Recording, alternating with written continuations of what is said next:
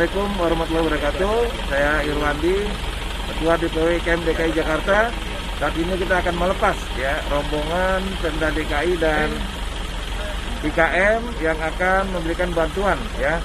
Bantuan untuk korban gempa di Pasaman dan Pasaman Barat.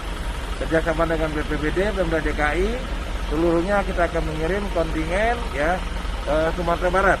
Mudah-mudahan bisa membantu saudara-saudara kita yang berada di Pasaman Barat. Bantuan Pemda DKI ini berdasarkan instruksi Gubernur Bapak Anies Baswedan untuk membantu warga masyarakat yang berada di Pasaman Barat. Hari ini akan berangkat dengan pesawat Hercules membawa bantuan dan personil para relawan kurang lebih sekitar 40 orang. Mudah-mudahan bisa terbantu warga di Pasaman Barat. Terima kasih. Wassalamualaikum warahmatullahi wabarakatuh.